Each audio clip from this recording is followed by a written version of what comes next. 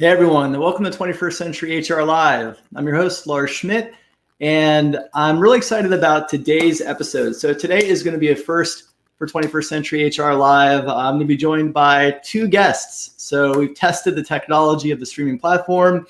It works seamlessly. Hopefully I'm not regretting saying that out loud by the end of this episode, but I think we're in a good spot. So in today's episode, I'm going to be joined by Jill Macri and Adam Ward from Growth by Design Talent. Both are seasoned recruiting leaders. They both run recruiting teams in high-scale organizations like Airbnb and many others. And so tons of depth of experience in startups and hyper-growth companies. Now they are both partners in Growth by Design Talent, where they help organizations in a range of topics from executive search, recruiting, training, and leadership to recruiting org design, and a lot more. So really excited to get their take on how COVID-19 is impacting recruiting specifically, and kind of all the things that come with that. So let me go ahead and bring them in and we'll get things kicked off. Jill, Adam, thanks for coming on the show. Thanks for having us. Good to see you, Lars. Yeah, so I'd love to start off with the introduction. So for viewers that aren't familiar with you, Jill, we'll start with you. If you just want to give a bit of an introduction and background on you, and then Adam, when Jill wraps up, you can introduce yourself. Great. So I'm Jill Macri. I led recruiting at Airbnb for 5+ years, from when we were around 100 people till we were just over 4,000 when I left. When I got there, I was the second person in recruiting, and we scaled out the team to about 150 over my time there. And then started Growth by Design with Adam and another partner, Mike Joyner, to help other companies. At Airbnb, we saw we did a lot of things, I think, differently than other companies had, and it really became this virtuous cycle that allowed us to attract the best talent. So now Adam, Mike, and I focus on helping other companies set those foundations for successful scaling. Hi everyone. I'm Adam Ward. I was most recently at Pinterest. I was there for 5 years, and the majority of the time I led recruiting there. That's where we first met Jill, and really saw a ton of scale at Pinterest, from 200 to a little bit over 2,200. Prior to Pinterest, I was at Facebook, where I was a director of recruiting, where I mostly focused on building out their university recruiting program. So saw lots of scale for my 3 years there. And then prior to that, I was at Qualcomm for 7 years doing some international recruiting and some university recruiting. And prior to that was at a series of different startups. So great to be here, and we're excited to hopefully answer some of your questions later. Great. So you both obviously have some recruiting bona fides when it comes to this space. So you've been around the block, you've led a lot of high growth organizations. And so, the feedback and the perspective you have on recruiting's impact now is not from the bleachers. You've actually been in this seat for quite some time. So just a quick reminder for viewers, this is an interactive show. So if you have questions for either Adam or Jill, feel free to bring those in the comments of wherever you're streaming this, and I will do my best to cover them with them on the show. So before we get started, Growth by Design Talent, I know you're involved in a lot of different things in that partnership. So maybe start there if you could, like talk about maybe the transition from corporate, which both of you would spend the majority of your careers, to kind of collaborating on a project, and then what you actually do. I think that'll help viewers better understand kind of where you're coming to the conversation from. Great. Well, so I think when you've been in a really high growth organization, we like to say, over our time of scaling at these companies, that it was actually multiple companies. So I think often people think, oh, Airbnb and Pinterest, they think of the Airbnb and Pinterest of today, not remembering that there was a time when we joined where people didn't know what those companies were, and obviously didn't know what the future of the companies were going to be. So there's a lot of things that you learn, and you kind of look back in hindsight 2020, see the things that you did that were really, made a difference, and also potentially see the things that you did that you wish you hadn't done. And so we like to help companies with the benefit of our experience, both put the things that we found really successful, these foundational elements that we found successful for scaling, in early, and then also avoid some of the pitfalls and things that we wish we hadn't done. So I would say, like, at its heart, that's kind of what motivated all of us to start Growth by Design Talent. And then also, we, from a leadership perspective, leading recruiting is a very lonely job, and it's a really high pressure job. You're often the spear tip, and I think a lot of recruiting leaders are experiencing this right now. You're the spear tip of everything new for the company, right? A lot of things hit recruiting first. So, if you're changing strategy, if the talent strategy is the first thing that needs to change, et cetera. And so we really wanted to support leaders who often are in the biggest job of their lives. So we started a recruiting leadership academy where we kind of get to be the resource that we wish that we had had. So one of our offerings at Growth by Design is a recruiting leadership academy where we do a series of day-long workshops to help recruiting leaders get better in their craft and also help them build a really productive and proactive network. Because Adam, Mike, and I met through, we basically networked, met, found this really strong kind of peer and benchmarking relationship that we felt like helped us all be better leaders for our respective companies. So we really try to build that sense of recruiting community. Maybe I'll let Adam fill in a couple of the other things that we do at Growth by Design. Yeah, for sure. We often start with some advisory work with clients where they ask us to come in and say, we're here, we want to get here, and we need help figuring out how to put in the right systems, tools, foundation work. So part of our advisory practice is actually doing that diagnostic work with clients where we'll come in, look under the hood, and help put together a roadmap or playbook for them of what they would maybe need to put in place in a prioritized order, and then we can help execute on some of those things with them. That often leads to some of our other work, which would be some of our search work. So we do some retained search work for recruiting and HR leaders. We can also do some helping recruiting leaders or HR leaders build out the recruiting team, or even do some specialized recruiting. But often that ends up being a secondary piece or a dovetail off of some of the advisory work that we do or relationships that we make from the Recruiting Leadership Academy.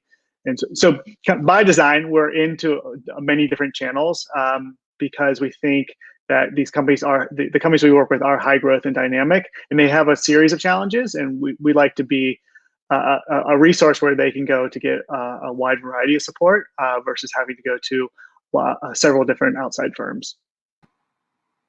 Yeah, Jill, and I'm really glad you mentioned that aspect of, working at several different companies within one, because I think, especially for recruiting leaders that were at some companies that are, marquee companies now and name brands now, they weren't always that way.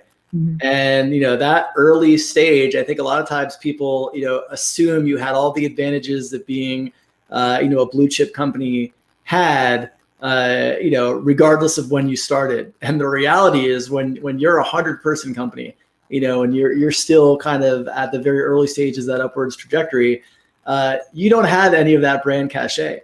You're building all of that. And so the scrappiness required to build impactful recruiting programs, I think that isn't necessarily appreciated by people who are just like, well, of course, you work at X company. Everybody wants to work there. Like, okay, maybe now because of the work that we put in building the company to get to that point. But that's not always the case, especially in the earlier stages.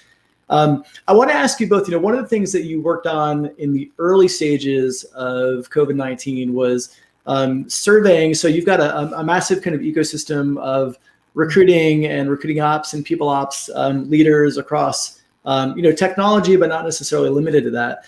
And so in the early stages of this, you put out a survey to kind of get a read on how COVID was impacting the world of recruiting. And if you're watching this on LinkedIn, I actually added a link to it in the comment section on my post. But I'm curious, where did the idea for it come from? How did you mobilize the survey? Because you were pretty early on that. I remember that coming out. I want to say it was definitely in March, but it was in the earlier stages of this. So I'd love to hear just the background on how that came together, how you determined what were the key areas to survey, and then also spend some time kind of just digging into the results and what was some of the feedback you saw of that, what was surprising. So Adam, I'll open with you on that Yeah. one, and then love to get Jill's perspective as well. Sure. I feel like even today and early on, every day of this COVID virus feels like a week, and so much was rapidly changing. And one of the nice things that we have with Growth by Design Talent is a wide purview to a lot of different companies, but very advisory and coaching relationships with a lot of talent leaders. And so we really collectively thought, what could we do that could be most beneficiary to the ecosystem? And we thought that was to get some really early insights into the challenges that recruiting and talent organizations were facing, and sharing of best practices and making those connections and creating a community. And so we wanted to do a series of surveys and articles weekly, and sometimes even more frequently than that, to keep everyone abreast and apprised of what was going on. And then we did actually follow-up Zoom calls with a large community so they could talk through some of those things, both from a sharing of best practices, but honestly even from a commiseration, or even a cathartic kind of way of building a network, someone that was a network of people who are empathetic to the challenges they were going through. So that was kind of the backdrop of what we wanted to do. And we thought, done was better than perfect. Let's get information out there. Let's get conversations started, even though, we know it's changing day by day. And maybe, Jill, you want to share some of the interesting insights then and things that are still true that we're finding today. Yeah, I think, like you said, it's every day is a year. So it feels like old news. But back then, 3 or 4 weeks ago, people were starting to talk about onboarding, and how are we going to do remote onboarding, and how are we, what are we doing really in terms of video interviewing. So all those things kind of remain true, but I think a lot of companies have kind of worked through the kinks of that. But so some things that remain true is that, for example, we found a theme about just making decisions with purely video interviewing, both on the candidate side and on the hiring manager side. So basically, how do you get hiring managers to pull the trigger on an offer when they haven't met people in person? There was a theme of if a candidate had started their process in person, and then the crisis hit and they finished their interviews with video interviews, then decisions weren't being made quickly. But if it was an entirely video interview process, it was harder. And so how do you get that surety? What's interesting about that is it really forces a very structured process. So Adam and Mike and I spend a lot of time talking about what are the silver linings? What are the positive consequences of this? Because obviously there's a lot of negative to focus on. We try and focus on the positive. And what's interesting is that really having a much more structured process can partially solve for that, the hiring manager being able to make a faster decision, or a decision on offering a candidate. And then the flip side of that was that teams were finding that for candidates making decisions when it's all been a video interview experience could be challenging. And what was great is that we have some within our network, we have some recruiting leaders who their companies already were fully remote. So what's great is they could share insight on how they do things, because for them, they've been doing it. It's just the way that they do interviewing. So that was one kind of theme around video interviewing. And really, I think another unintended positive consequence is that on the candidate side, some of the things you have to do in order to help candidates make decisions is really crystallize what's different about your company. And we often, when we're helping companies, we do candidate experience design. So we'll do the candidate journey. And we really help companies to crystallize their differentiators through that process. And it's not something that a lot of companies have done, but this is really forcing them to not just be, another series of video interviews. You no longer have your, beautiful office to rely on, or the friendly people smiling as you get off the elevator, or the awesome coffee bar. And so now you need to crystallize what is really essentially different about our company, and then how do we showcase that in a virtual way. So we've seen a ton of creativity come out of that. Everything from some really cool offer videos shot on iPhones to, really making space for more casual chats within the interview process. one thing that we've encouraged companies to do is like kind of throw your playbook out the window in a way, and you might need to think of every hire as an executive hire. So in order to give candidates surety, you might need to give an IC engineer, access to your CEO and have a 15-minute chat with your CEO, or maybe even a board member. These are things that you generally would only do for exec candidates, but now, you might need to do that to get any candidate comfortable, and it's worth the investment. So what's been interesting to see is kind of that scale up in high touch candidate experience in order to get candidates over the line.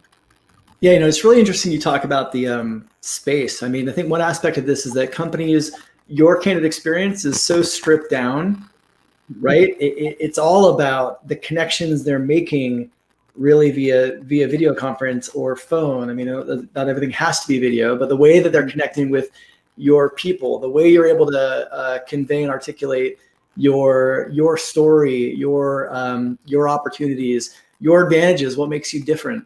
All of those things. I think it's weird. Like, I spend a lot of time in the employer branding world, which is kind of upside down right now, because I think a lot of the typical, campaigns and recruitment marketing stuff that people have been doing for years, now is kind of coming to a halt, because that messaging is not really what candidates care about, right now. And so I think that they've had to rethink. And I've seen, employer brand content, really starting to converge with CSR and corporate social responsibility a lot more, because it's about like, what are you doing for your people? What are you doing for your community? What are you doing to give back? Like, those are the things that I think people care about right now. And it's, the idea of being able to lean into on-site amenities.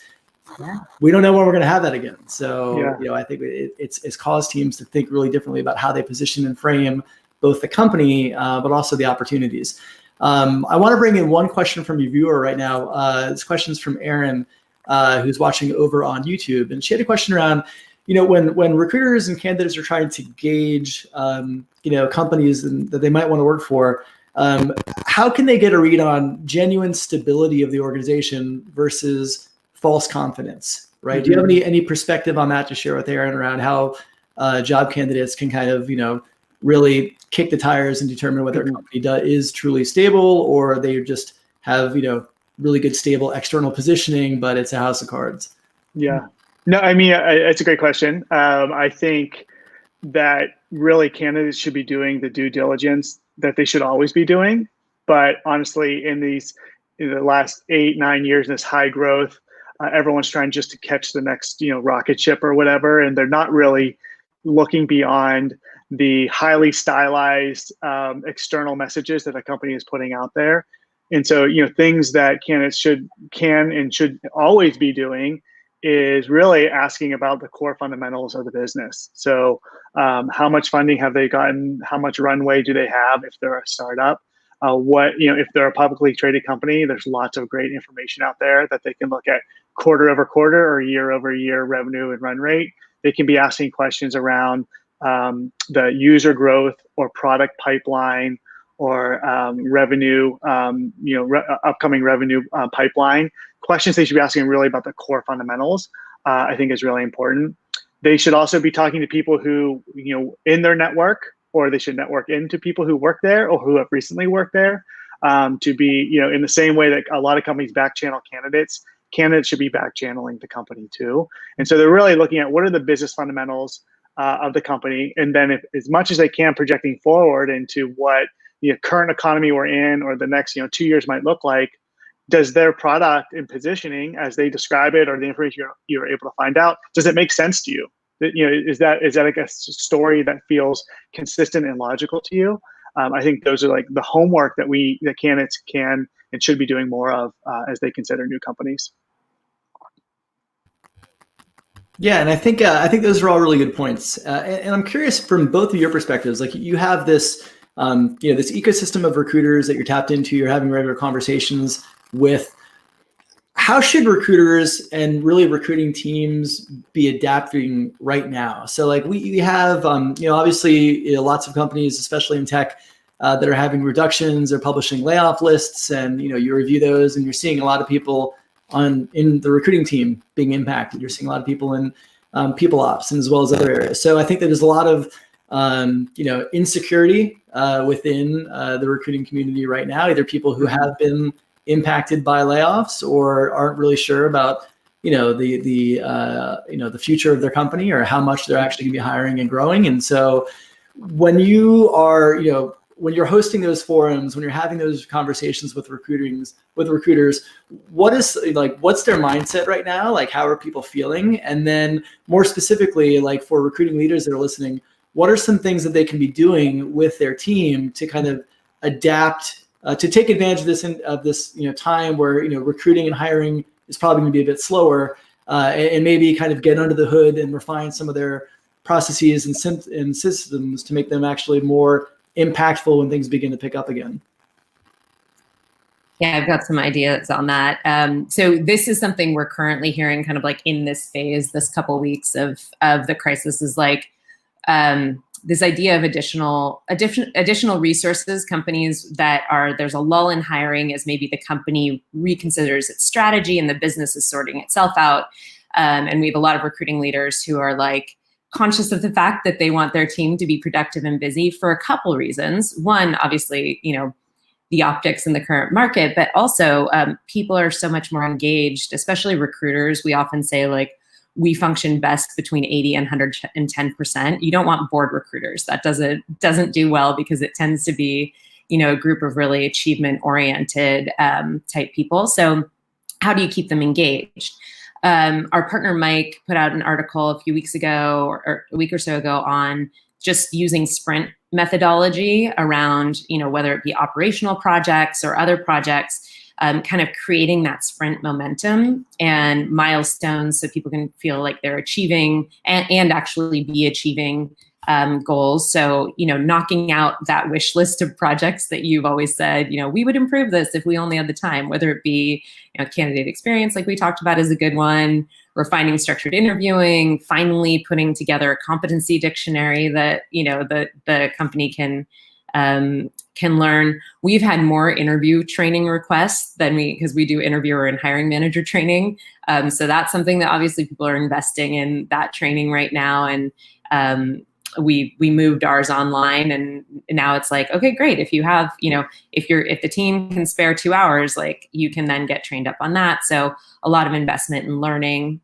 So there are a few things that I think leaders are finding helpful kind of with those additional resources. And then the other thing I would say is like, right now more than ever, it's our responsibility as recruiting leaders to arm the business with the correct data to make decisions. So there's a couple things that are happening. If you are a company that's hiring, now is an incredible time where you almost have, I'm going to use the wrong analogy. You can hit above your weight class. I think that's one. I think that's an analogy. Anyway, but it's a time when you can attract this amazing talent. And really, I think recruiting leaders should be going to the business and saying like, hey, if we're going to be growing, the sales team, like, let's get on this. Let's not wait 3 weeks. Here's what the market looks like. Here are some samples of people who we could engage now. So I think more than ever, it's recruiting leaders' job to inform the business of like what's going on and what's the potential, what are the pitfalls as well. So I think that's a responsibility and really a way to be a key partner to the business right now. Yeah, I think that those are great points. If you're a recruiting leader, actually, I shouldn't say that. If you're a recruiting leader, you're always going to have projects that you're saying, oh, if only I had the bandwidth, I would love to do X. Well, guess what? Now is that time. You need to be doing X. Like whatever the X is, look X across your entire function, right? It could be systems, it could be tools, it could be processes, it could be training. It's very rare that you will ever have a moment quite like this where the hiring expectations have slowed down and you can actually take a step back and be more strategic around, getting under the hood and figuring out what systems you need to have in place in order to be optimized when things do turn the corner. And I want to come back, one more question from YouTube. This question's from Justine. She's curious, how do you see recruiting changing after the stay-at-home orders have been lifted? We're talking a lot about return to work, and that's a massively complicated, topic. But from your perspectives, like, Some states are already beginning to do this now in the U.S. We're trending in that direction, at least for now. Nobody knows exactly what the horizon on this is going to be and kind of what the timetable is. But, let's just fast forward a little bit. Let's just say, most of the stay-at-home orders, at least in the U.S., have been lifted. What's different about recruiting at that point? Yeah, I think there's a couple of things, and Jill, I'd love to hear your thoughts as well. I think there's some things that will just not go back to the way they were. I do feel like there's going to be a lot more focus on authenticity, tailored messaging, virtual type of events. And so I feel like that's going to be something that companies are going to see that they were moderately successful at when they were forced to do that. And from a resources and capacity standpoint, that might make sense for them going forward. So I think that's one thing that we'll see. I think the second thing we'll see is if it wasn't already happening, a really tight relationship with a broader HR organization and recruiting organizations that are going to need to be pliable. They're going to have to be able to expand and contract and react to different market conditions, because the market is going to be skittish for the next quarters or months at least, and the businesses are going to have to react to that, and they're going to be reluctant to vastly grow and expand again. So recruiting is going to have to be reactive and adjust to the business needs, and a lot of that information sometimes comes from broader HR or people partners, but recruiting is going to be required for recruiting to be really close to the business and tied to that, so that they can adjust recruiting strategy accordingly. Yeah, Jill, anything else you want to add to that? I just think the video interview process is not going away. Now that people have gotten comfortable with it, I don't see us flying in candidates, and I think that's something that it's worth spending time on perfecting, because it's not just a now thing. Yeah, it was interesting. There was I saw a tweet yesterday from Zillow's CEO, and he basically sent out an announcement to employees saying that any employee that wishes to remain working remote through the end of 2020 can, regardless of what their return to work plans are. And he basically said, I've had a change in perspective, through this around remote work and what can be done. And I think that a lot of CEOs are actually going through that. There are a lot of CEOs that were maybe kind of old school in their thinking, or they just felt that, you needed to have boots on the ground in the office, culture, water cooler, or whatever, anecdotes they'd use to back that up. And I think now they've seen that they've been able to operate at a high level despite ridiculously difficult circumstances for their employees, without having people go into an office. And so I think that whole, shift towards remote and distributed work is absolutely going to be accelerated by this. And I think, again, for companies that are really willing to embrace this from a talent perspective, it's a massive advantage, because not only are you now able to recruit across geographies and globally, there's a new segment of people who might be in a city, but for whatever reason, they're not comfortable going back to an office, or maybe they have underlying health conditions, maybe they have kids at home, maybe they're taking care of parents. Even if they are in a city like San Francisco, where they're an engineer, they could get a job anywhere in a day. They're not going back into an office. And so you can be opportunistic, with that talent. And, Jill, to your point, punching above your weight, I think it's a great opportunity for companies that ordinarily wouldn't be able to compete for that talent to now compete for them by having a distributed setup. So I want to actually, we're almost at time. Before we wrap up, I want to, touch on the final segment for the show, which is one good thing. So, as you look back on your previous week, I'd love for each of you to just take a minute and just share one good thing that stands out to each of you. And Jill, we'll start with you. Well, it's funny. I have two good things at home, which are my kids. I'll just share this. One of them learned how to play peekaboo this week, and it remains to be it's the most thrilling thing to him. So I would say it's hard being at home with the kids home as well. There's definitely some real challenges work-wise. But also there's some joys about being around for those little moments. It's tough to follow that. I will say I had the opportunity to be on a client call with a woman who runs talent, and she's in New York, and she lives, I think maybe her apartment is on the 22nd floor or something. But as many of you know, at 7 o'clock in New York City, everyone goes out onto their balconies and does a cheers or a cheer for healthcare workers. And so being 4 o'clock on the West Coast, I was able to be on that call with her and participate in that that kind of celebration of healthcare workers. And it was kind of just a really awesome sight and sound to see as the cheers kind of reverberated and echoed across those tall apartment buildings in New York City. Yeah, I've got to say, I've seen, I don't know how many of those at this point, and they will never get old. Like I love in all the different cities, just seeing how they celebrate healthcare workers. And, I get chills every video I see it in. And I have from the first one I saw to the one I saw yesterday. I don't think that's going to go away. So, Jill, Adam, thanks so much for coming on the show, sharing your background. Just really quick before we wrap up, what is the best way for viewers to connect with you after the show? They can just go to our website, which is growthbydesigntalent.com or gbdtalent.com. And we also do community roundtables every 2 weeks. So, just go to the website and shoot us an email if you're interested in joining those. All right. Sounds great. Well, I appreciate your time, and I appreciate all the viewers out there watching. We'll be back tomorrow at noon with my buddy Will Staney, the founder and CEO of Proactive Talent.